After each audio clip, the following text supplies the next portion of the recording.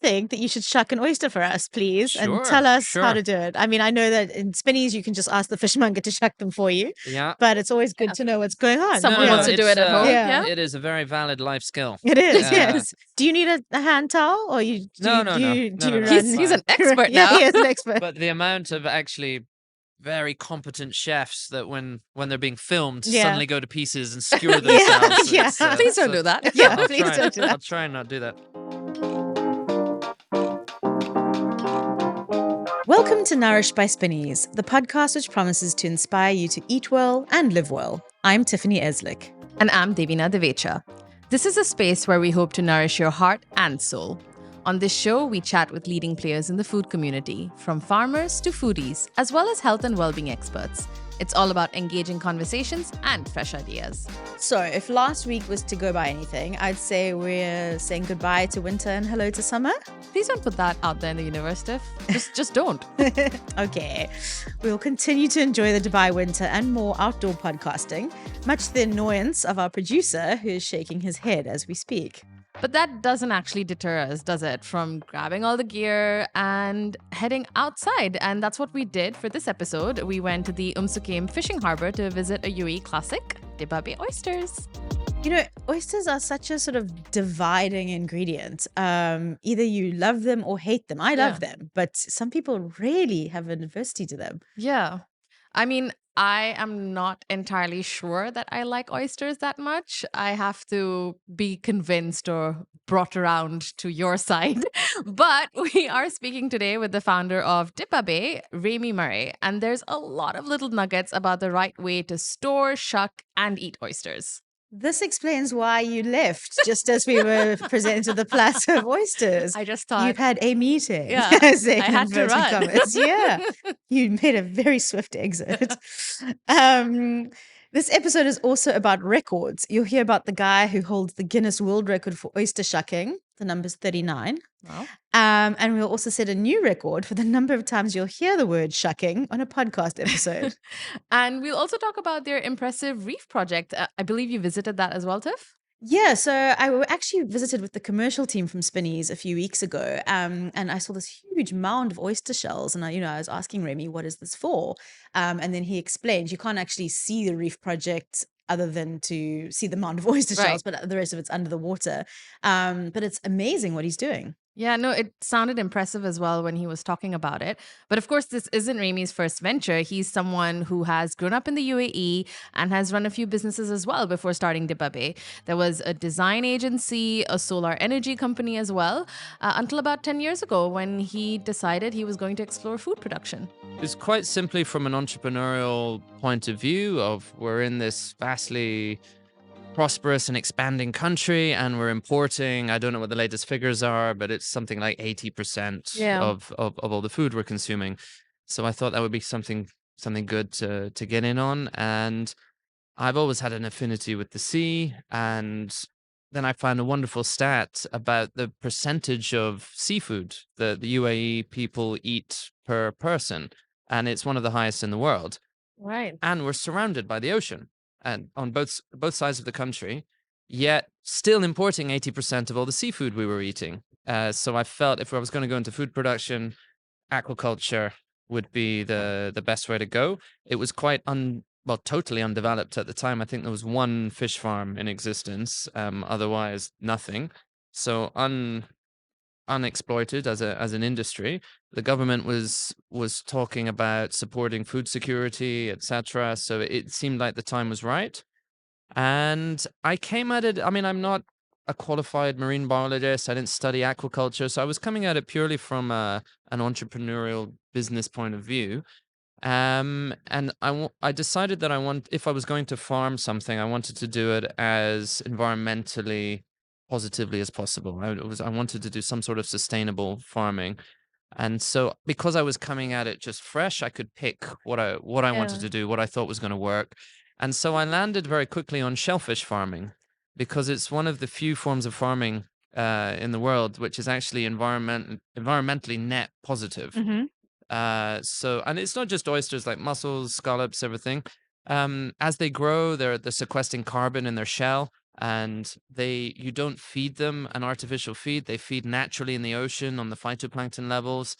Plus they're super healthy, and they're a gourmet food, so they're a high value food that could be branded and could be enjoyed in all the amazing new restaurants that were popping up in Dubai.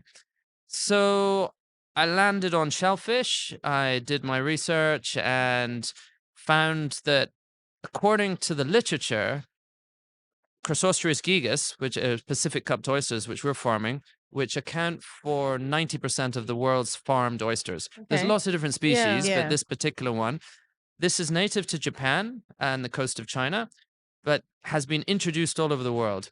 And so it actually accounts for the vast majority of oysters coming out of Europe. Okay. So all these different brands of French oysters, it's the same species, Mhm. just with a different brand. Mhm. Now, I'm not saying they're all the same. That's the wonderful thing about oysters, is that they're very localized. Mm. And it's the same as in the wine industry. When you talk about the terroir of a wine, you can take the same vine from Burgundy, planted in South America, it'll produce a Chardonnay grape, but the wine will taste different, or the grape will taste different because of the nutrients and food that the vine is taking out of the soil. Mm.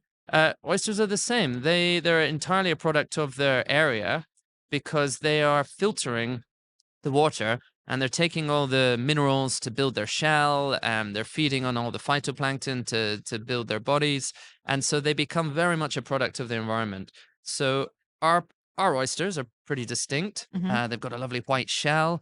That's due to the mineral levels in the water from the Hajar Mountains, those lovely limestone cliffs.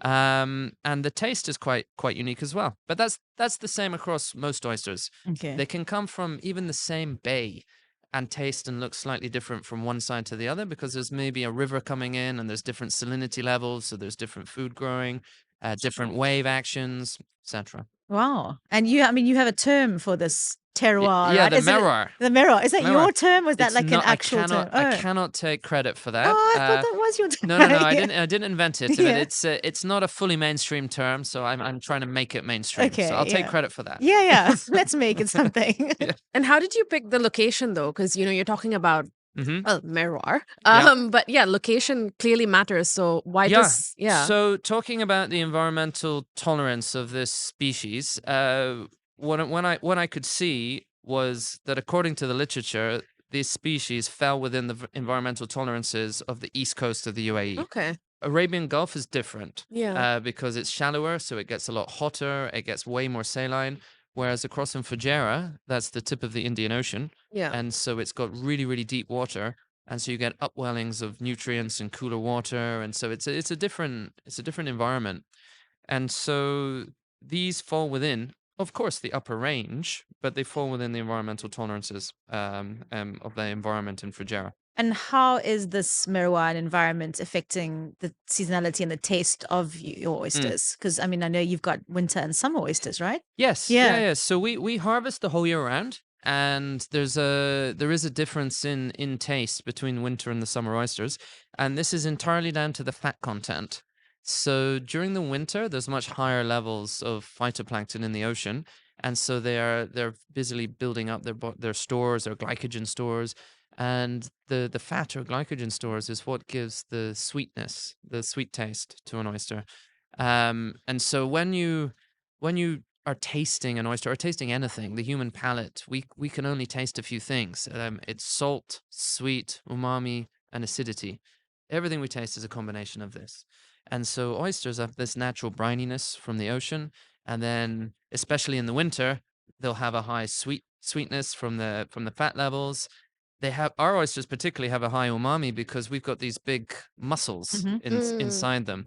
So it's almost like a scallop, the adductor muscle. Because we grow them offshore, they're underwater all the time and they're getting buffeted around by the currents and the waves. And so they're opening and closing and opening and closing, and they develop this big muscle. So there's a couple of grams of protein in each individual oyster. So this contributes to the umami levels. And then the only thing you're missing is acidity, which of course leads to the traditional squeeze of lemon or vinaigrette. So what we're looking for, what I look for, where I enjoy an oyster the most is when you get that balance, Mm. because it absolutely is transformative of the whole tasting experience when you get a lovely balance between the acidity, the salt, the sweet, the umami. And so in the winter, because you got that higher sweet level with the fat, we have a much more acidic vinaigrette, Mhm. which we use. And then in the summer, we have less sweetness in the oysters because there's actually less phytoplankton over the summer period. So the oysters are then burning their fat reserves over the summer, Mhm. which brings down the sweet level. So we like to balance that with our summer sauce, Yeah. where we use a pomegranate molasses Oh, nice. in the sauce. I love the fact that we're using pomegranate because, of course, that's in season over the summer in this part of the world. Yeah. So we're using this lovely in-season fruit, and we're using the molasses of it, and it's just look, it's marginal, like it's Yeah. just Yeah. this slight sweetness, Yeah. still with the vinaigrette. Yeah. But again, it helps just with that balance. Yeah. Do you have a preference between the summer and winter oyster yourself personally? I like them both. Okay. Eat oysters every day. What I do find is in the winter, they can get really full, Right. which a lot of people prize and really like that. However, it does start to unbalance it quite a lot, and they'll be quite sweet and quite full on. Yeah. Whereas in the summer, they're not as meaty, they're not as fat, but you can actually start tasting lots of other Right. things going on, and they're feeding on what algae they are feeding on in the summer. It's a different species that they're feeding on, and so you get little grassy notes in the summer, and you start picking that up, and that's kind of hidden in the winter. And is one bigger than the other one? Oh, winter oysters bigger than No, like the because I actual mean oyster? we'll grow them to a certain weight to Okay. classify the size, and so Okay. that doesn't change. How does the grading work? So, because how many? Like, what's the top? I think it's number 5, right? So No, 5 is the smallest. smallest. Okay. We don't actually sell 5s. We Yeah. start at 4s. Yeah. So we're using the French numbering system. France is the biggest exporter of oysters in the world, and so most countries that have been importing are used to their numbering system. So we just went along with that. Okay. So, and it's a range. Mm. So a number 4 is the smallest one, and that will be 45 to 65 grams.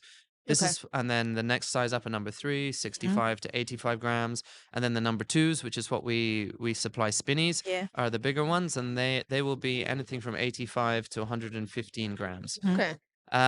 So that's why when you get a box of oysters, sometimes you'll see a slight difference in Yeah. size. There'll be one bigger than the other.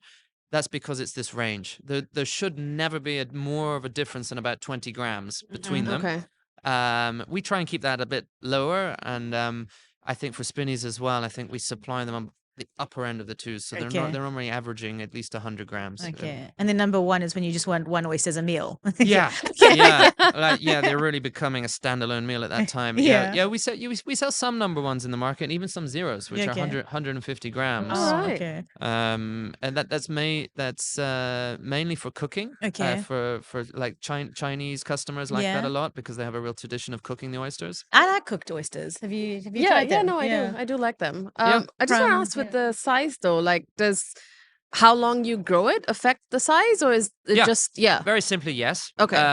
But we're planting fresh batches of baby oysters or spat quite regularly throughout the year, so that we have a constant supply, so that we can harvest, because we harvest a couple of times a week, every week.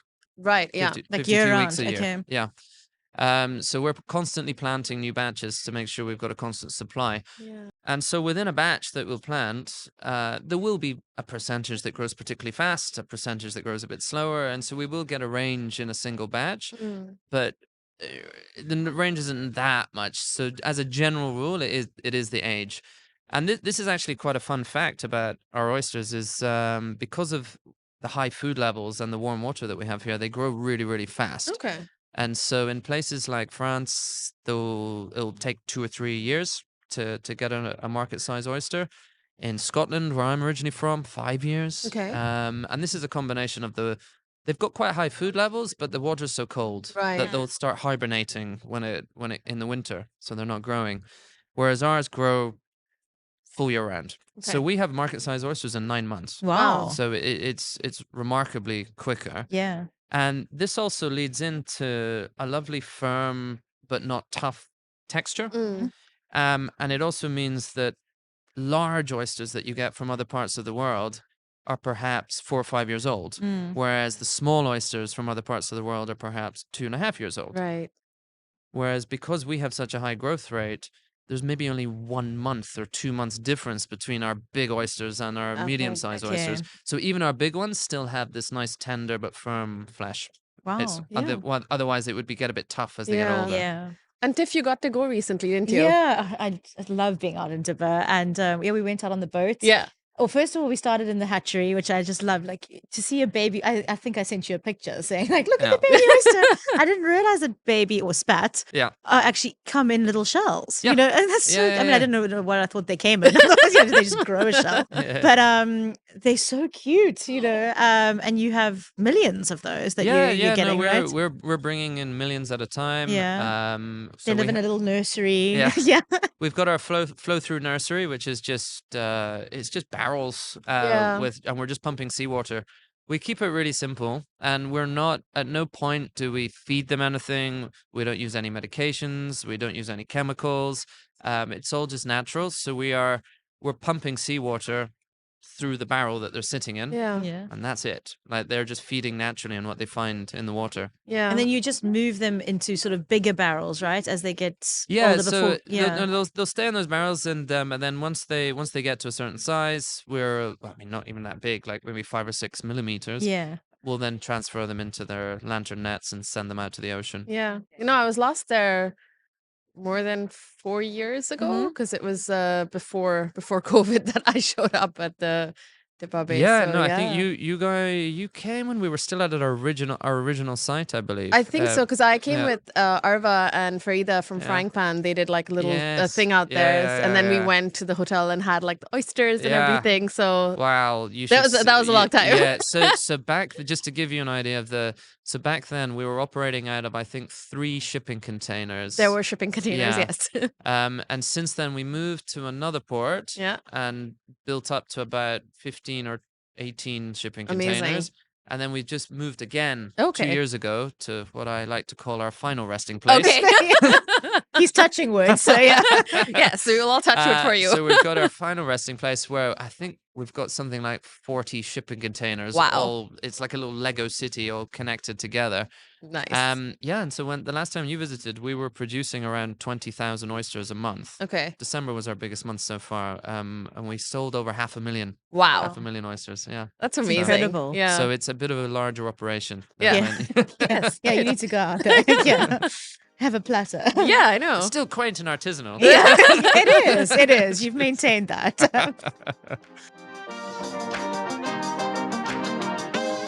What are the highlights from your visit, Tiff? I really wanted to hear Yeah, so about that. I actually really enjoyed learning about your reef project. Yes. Yeah, can you tell Devina about Yes, that? Yeah. tell me. And our listeners. Yeah, yeah.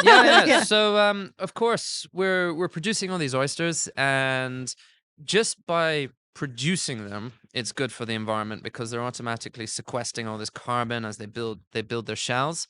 They're conditioning the water in the surrounding area, and then the lanterns that they're hanging in form a temporary hanging reef with little bits of seaweed growing on the outside, so fish can come in and feed on it, hide from predators, and so that's all wonderful. But we decided to take it to the next level, and we were looking for something we could do with the shells because right now restaurants are just throwing them out. Hotels are just throwing them out, and there are different known things you can do with these shells. So you can grind them up and use them in chicken feed. You can grind them up and use them in fertilizer. You can use them as an ingredient in concrete for building blocks. There's all sorts of cool things you can do. But the thing that we decided to do with them is we're talking about the baby oysters, the spat coming with little shells. They're actually born as larvae. And so in the wild, the larvae will swim around the water column, nature being nature, just getting munched by everything. So there's a very small survival rate. But what they look for is they start growing their own shell, and then they immediately look for something to attach onto to stabilize themselves, and then they'll start really growing their shell. And their favorite thing to attach onto is an old shell. And so the traditional oyster farming in France, back in the day, there wasn't commercial hatcheries. And so what they would do is they would collect wild spat from the ocean. And so during the summer, you may have heard of the whole never eat oysters in a month without an R. Yeah. And so I'll get back to the original story, a little side Yeah, note on this yeah. one. It's all connected. Yeah. Okay. So traditionally, you wouldn't eat oysters in the summer in Europe, and that's because the oysters go into their breeding cycle in the summer, and so they get all puffed up, and they're not very good for eating. And then after they've completed their cycle, they're all depleted, and because they burn lots of calories and energy, so they're just so over that whole period, it's just traditionally you wouldn't eat them. But so also in that period, because they're breeding, they're producing larvae, which is floating around in the currents. And so what farmers would do is they'd place out baskets of broken up old shells, and then the larvae would all magnet onto it. Ah. And then they were able to then transfer those into their farming operations. So they would Right. get sort of free spat. Yeah. They don't do that so much anymore because there's quite a bit of disease along the coastline there, and so now, which particularly affects baby oysters. So there's a real sort of move to buying them a little bit bigger from the hatcheries, so they're more hardy, which played into our hands perfectly because 20 years ago there wasn't really a developed hatchery industry, so we weren't able to we wouldn't have been able to do this. But now we have this lovely developed hatchery industry doing very robust, selectively bred oysters. Yeah. We were able to supply our farm here. Anyway, back to the reef. Yeah. So the shell is a natural, perfect substrate for not just oysters, all shellfish, for their babies to attach onto to grow. So clever. So simply by putting a pile of these shells on the seabed in Dibba, automatically magnets in the larvae from the local pearl oysters, from the local scallops, the mussels, because there's lots of different shellfish there already. And so we did an experiment of just putting a section of just a pile of shells on the seabed. Yeah. And it was incredible just how this just blossomed into life. And then, so we had all the local shellfish, we've got coral growing on it, there's fish moving in. That's And amazing. so oyster reefs are the basis of marine environments. Everything else kind of goes from there.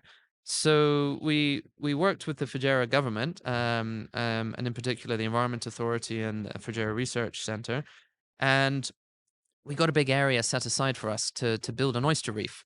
And so we've got a 700 meter by 40 meter stretch off the coast of Dibba, where we are collecting back these shells from partner restaurants, from our own restaurants, and we're bagging them up into just simple mesh bags and just using them as building blocks to just build a huge reef. And so we started that a few months ago, and we've got the initial section of the reef built already, and it's already just sort of blossoming with life. It's absolutely incredible. We'll be sharing some video and imagery in the next few weeks on our Instagram. Yeah. Just That's so showing what's happening exciting. there. Yeah, it sounds So, brilliant. Yeah. It's a really fun project, and it's a really satisfying project Yeah. to be part of, because the thing with this is we'll build this reef, but then it'll be self-sustaining because there'll be the local oyster species will all be on it, and then they will start reproducing, and then it all just builds on top of each other. Amazing. Yeah. You know, you said that they're pearl oysters. Yeah. This might be an ignorant question. Can you eat a pearl oyster? Like You can eat a part of it. It's like think of it as a scallop. Yeah, okay. So you can cut the muscle out Yeah. and eat that nodule. Okay. So that you can eat the muscle. I mean, should I be diving and find myself a pearl oyster? You know, then I know I can eat it. When we come back, everything you need to know about storing and shucking oysters from the man himself. That's right after this short break.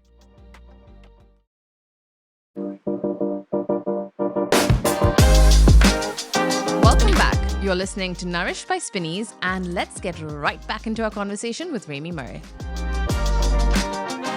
I know that like traceability is hugely important to you. How are you maintaining that control? Is it because it's a simple? Well, I don't want to call it a simple farming method because there's a lot involved. But well, it's how are you in control? We have traceability baked into our every move. It's simply we have to know where every oyster is at every moment because we have such a fast growth period. We have to handle the oysters a lot because the oysters grow fast, but so do the predators. So Mm. like the snails and the crabs that like to Right. float into the cage and eat them. Yeah. And so we keep a close note of which hatch, because we buy in spat from international hatcheries. We're almost big enough now to be really thinking seriously about building our own hatchery, Okay. but we haven't done that quite. We haven't pushed the button on that quite yet. So for now, we're buying in from hatcheries, and so we want to know how different batches are performing Mhm. from different times of the year, from different hatcheries, and then within every hatchery, there's different genetic lines, and so we work to Yeah. see what works best here. And so we know when every oyster is born, where it's born, when it's been in our nursery, Mhm. which we've got 3 different concessions offshore, which concession it was where. We have over 15,000 lanterns hanging in the ocean right Yeah. now, and every lantern is tagged. Mhm. And so we can track where every oyster is, where it's been, where it's going, and then when we harvest it, which tanks it's been depurated in, and etc. So and so every box of oysters that you buy, there will be a code on it, Yeah. and from that code, we know the full history, the whole life history of that oyster. That's amazing. I was really impressed actually at the location. You see, there's also a lab where Yeah. they're doing quite aggressive testing. Yeah, Not aggressive, but like really thorough thorough testing. testing. Yeah. And Yeah, it was really impressive. Like you can yeah. just see, like your Food attention to safety detail is obviously has amazing. to be paramount. I Yeah. mean, when you're eating an oyster, you're eating something raw, and you're eating it whole. And so the added thing with shellfish is they're filter feeders. So when you're eating something raw and whole and it's a filter feeder, if there is some sort of pollution in the water, it Yeah. sucked that in. Mm. So northern Fujairah, the Dibba area, there is no heavy industry. There's very low population. It's pretty pristine. And so it was an ideal place to start. So we've got this fantastic starting point of very clean water. But then we also depurate the oysters, which is holding them in tanks of sterilized water. Again, we don't use any chemicals. It's UV light we use to sterilize the water. And so these oysters they suck all the sterilized water through their bodies, looking for food, of which there isn't in these tanks, Yeah. and it will just purge them. It empties their Okay. Okay. stomachs, and so if there is anything nasty in there, it gets purged out. But then on top of that, we do our own water safety testing. We do our own testing of the oysters, and then on top of that, we send out samples to government labs on a weekly basis. And so we're constantly doing our microbiological, Yeah. our heavy metal, our biotoxins. We're testing for everything. Yeah. And so That is very thorough. yes, Yeah, but I it think is. it's good to know Yeah, because Yeah. people see a box of oysters and they think, if you're not, a fay with oysters, Yeah. you're like, yeah, is this safe to eat? Like, Yeah. yeah. What yeah. should people do in store when they walk in, they see this box, they've never bought oysters before, Buy them. or yeah, how The should they local the ones. local ones look for the Dibba Bay oysters. How should they be storing them when they get home? How Yeah. long should they sit in the fridge? So we put Yeah. a best before date. Yeah. We generally give about 12 days. They come in this lovely wooden box. I would say if you're taking them home, keep them in the wooden box. You don't need to transfer them to a Tupperware. You don't need to pack them in ice. In fact, that's detrimental. They don't like that. They're live animals. They're not a dead piece of fish. You want to keep them cool, not freezing. You don't need to put a wet cloth over them. Just keep them in their box. These wooden boxes soak up a lot of moisture and they produce a microclimate within the Mhm. box. So they just want to be in a humid environment, without actually getting wet. Because if they get wet, then they get confused. They think they're in the ocean and they start Right. trying to open, and their metabolism speeds up, and then you get Yeah. less shelf life. So just keep them in the fridge. And I think a tip is, if you happen to have a second fridge, which maybe has some beverages in it that you are keeping at a higher temperature, Mhm. the oysters are actually much happier closer to 10 degrees. Oh, okay. So if you've got a fridge that's set on 7-8 degrees by chance, for a bottle of something, put the oysters in that Okay. fridge. Yes. They're still fine in the normal fridge, but if you Yeah. just want to maximize the shelf life. Now, oysters are good to eat as long as they're still alive. Mhm. So it doesn't matter if they're 1 day old or 12 days old. If you take the band off, because we've got these bands, Yeah. and they're still closed, then they're still alive. because if they're dead, then they stop contracting the muscle to keep the shell shut, so they're Right. open. Okay. Now remember, they're coming out of very cold conditions in a fridge, so they're going to be a bit sleepy. So if they're a bit open and you touch them, they might not immediately snap shut, but they might just very sleepily close. Yeah. As long as there's movement Yeah. and they're closing, they're still alive. They're animals. They've got an immune system. They've been purged, so they're still good to eat if they're still alive. Finally, I think a little tip as well is we have spent several days purging these, but we're also been chilling them down and acclimatizing them because, of course, they're coming out of a very warm ocean. So what we do is we acclimatize them, we cool them down, Okay. and so they're actually in hibernation Yeah. when you get them from the fridge. So if you take a box out and you let them warm up to room temperature, and then you decide you're not going to shuck them all, you're not going to eat them all, and put them back in the fridge, Right. you've gone Okay. down, Yeah, down, up, yeah. and you've broken the cold chain. You've woken them up. They're not hibernating anymore. Then they're all stressed because they've warmed up, and then you put them Yeah. back at 2 degrees. And so, just very simply, if you've bought a huge box and you don't think you're going to eat them all, just take out what you want to shuck and eat, and leave the rest Okay. in the fridge. And when you're serving them, is it fine to put them on the ice like that? Yeah, you should put. Okay. The second you've shucked the oyster, Yeah. it's now dead. Okay. So it's now a raw piece of seafood, Mm-hmm. and so you need to view it the same way you would like a piece of sushi. Right. So you should put it on ice, ideally consume immediately. Yeah. I would say consume within an hour or so Yeah. max. Yeah. And keep it on the ice. Okay. And then if you're doing a party or a big dinner party or something, and you're going to use the same dish to serve them, Mm-hmm. if the ice is all melted, you need to chuck that and redo the ice. Yeah. Because if the ice melts and the oysters then kind of mix with them, even though you finish those oysters and you put the fresh ones, it's not good hygiene. Right. So Okay. just dump the whole lot, re-ice it, re-present it. Okay. Okay. Do you have a favorite way of eating them, or? I am always up for a different way of Ooh, eating them. Okay. I of course love a plain oyster, the traditional vinaigrette, or these. I'm quite proud of these winter and summer sauces which we developed. We're also doing cooked oysters now. I saw it as a way to get people that were a bit iffy about oysters to try them. Okay. Yeah. But then now that we've gone down that road, we've got a couple of different types that we serve here, and then at our other outlet at the Sheraton in JBR, we've got 6 different types, and it's really interesting. Yeah. And I think the key to cooked oysters is to not do anything too overpowering, because it's very easy to overpower the Yeah. delicate taste of an oyster. And also for the purists out there, just view it as something different. Yeah. Okay? Yeah. You've got your raw oysters, which are great, and then this is just something different. Yeah. Because cooking intensifies the flavor of the oyster, I Yeah. find. Yeah. Yeah. Well, yeah, it's like when I go camping, I like to cook oysters. You do it on the because- barbecue. Yeah, because Oh, nice. because the thing is if you can get the barbecue hot enough Yeah. and then you put the oysters directly on it, they will steam in their own juice and burst open. Yeah. And it's almost like an oyster stock. Yeah. So it really Beautiful. intensifies Sounds the like flavor. you're glamping more than Yeah. camping with your oysters. Yeah. Yeah. I'll come camping with you. That sounds great. I also like them crumbed. Yeah. That's really good. Have you tried that? Yes, I have, yeah. Crumbed and deep fried does work for most Most things. things. Yes. Yeah. For Most sure. things, yes.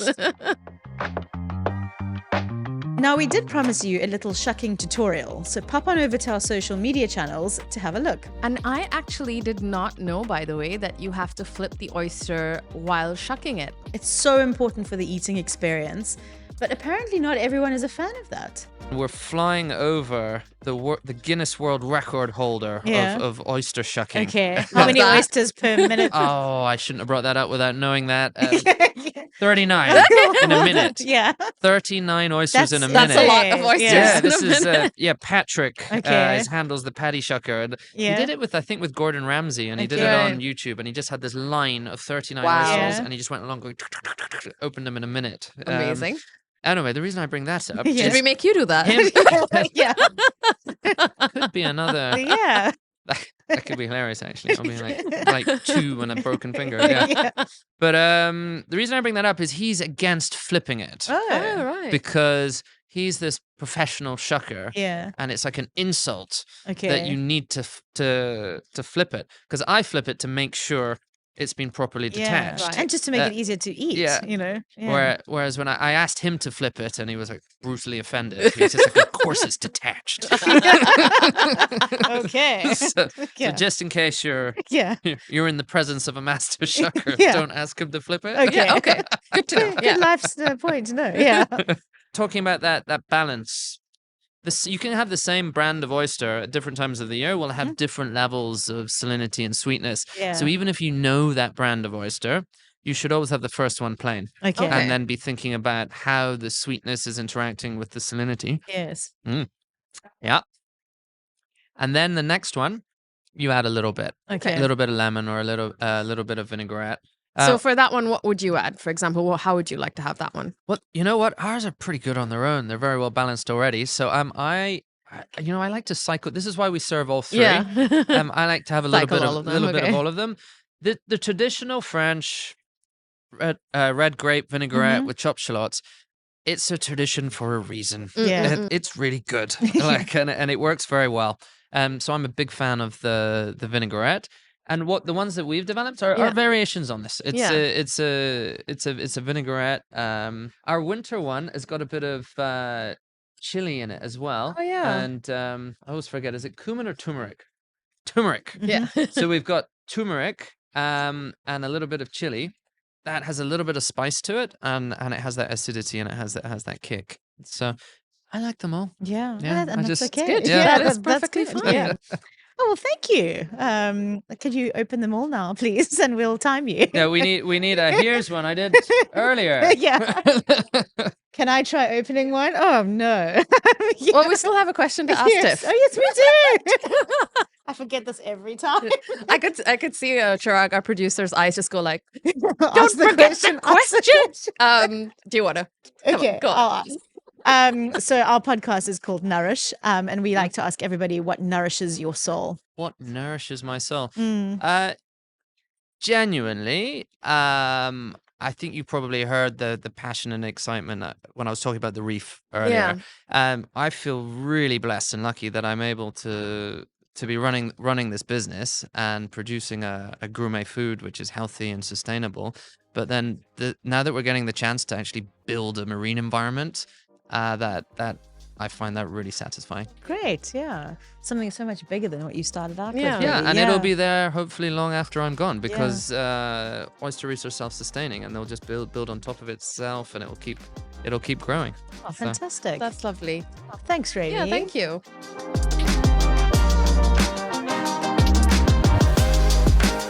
This episode was brought to you by Spinneys and is hosted by me, Tiffany Eslick, and Devina Divecha. We're produced by Chirag Desai. Don't forget to follow Spinneys on Instagram, Facebook, and TikTok for more. You can also visit us at spinneys.com, where you can shop for fresh produce, including number 2 oysters from Dibba Bay. You can ask our fishmonger to shuck them for you as well if you'd like, and a variety of local and exclusive products. We'll be back in a couple of weeks with a new episode. See you then.